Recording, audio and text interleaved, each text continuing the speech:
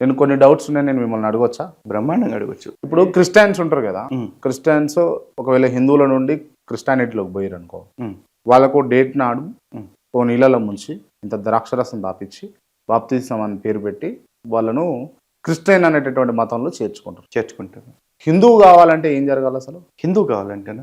ఒకవేళ క్రిస్టియన్ నుండి హిందువు కావాలంటే హిందువు అదే అండి. హిందువుగా మారటానికి అనేది ప్రత్యేకమైన ప్రాసెస్ ఏమి ఉండదు. కారణం ఎందుకంటే జన్మతో ప్రతివాడు హిందువే. జన్మతః ప్రతివాడు హిందువు. ప్రపంచంలో ఉన్న ప్రతివాడు హిందువే. అసలు హిందువులు ఎక్కువ, ప్రపంచం మొత్తంలో హిందువులు ఎక్కువ ఉన్నారా, క్రిస్టియానిటీ ఎక్కువ ఉందా, ఇతర మతాలు ఎక్కువ ఉన్నాయా?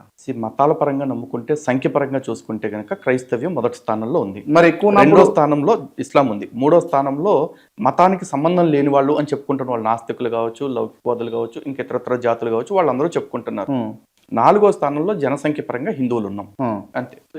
నేననేది ఏంటంటే, మీరు ఏమన్నారు, ప్రపంచంలో ఉన్నటువంటి వ్యక్తులందరూ కూడా జన్మతః హిందువులే అని అన్నారు. 100% జన్మతః హిందువులే అయినప్పుడు వాళ్ళ సంఖ్య ఎందుకు ఎక్కువ ఉంది, వీళ్ళ సంఖ్య ఎందుకు తక్కువ ఉంది?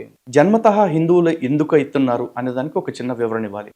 ఈ రోజున ప్రపంచంలో చాలా మంది కర్మ సిద్ధాంతాన్ని నమ్మరు, పునర్జన్మ సిద్ధాంతాన్ని నమ్మరు. కానీ వాళ్ళు నమ్మినా నమ్మకపోయినా ప్రపంచంలో ప్రతివాడు తమ పూర్వజన్మ కర్మల చేతనే ఇప్పుడు జన్మలు పొందారు అనేది విస్పష్టం. ఎందుకు ఈ మాట చెప్తున్నాను అంటే, ఈ రోజున ముస్లిమ్స్లో డబ్బున్న వాళ్ళు ఉన్నారు, పేదవాళ్ళు ఉన్నారు. ముస్లిమ్స్లో అందగాళ్ళు ఉన్నారు, అందవిహీనులు ఉన్నారు. ముస్లిమ్స్లోనే ఆడవాళ్ళుగా పుట్టిన వారు, మగవాళ్ళుగా పుట్టిన వాళ్ళు, అటు ఇటు కాకుండా పుట్టిన వాళ్ళు ఉన్నారు. సేమ్ సెక్షన్స్ క్రైస్తవుల్లో ఉన్నారు, మిగతా మతాల్లో కూడా ఉన్నారు. ఇప్పుడు ఒకటే జన్మ అయినప్పుడు, ఒకటే దేవుడు అయినప్పుడు, ఒకే దేవుడు వీళ్ళందరినీ ఎందుకు ఇన్ని జాతులుగా సృష్టించాడు? ఒక నీ రకంగా, ఒక నా రకంగా.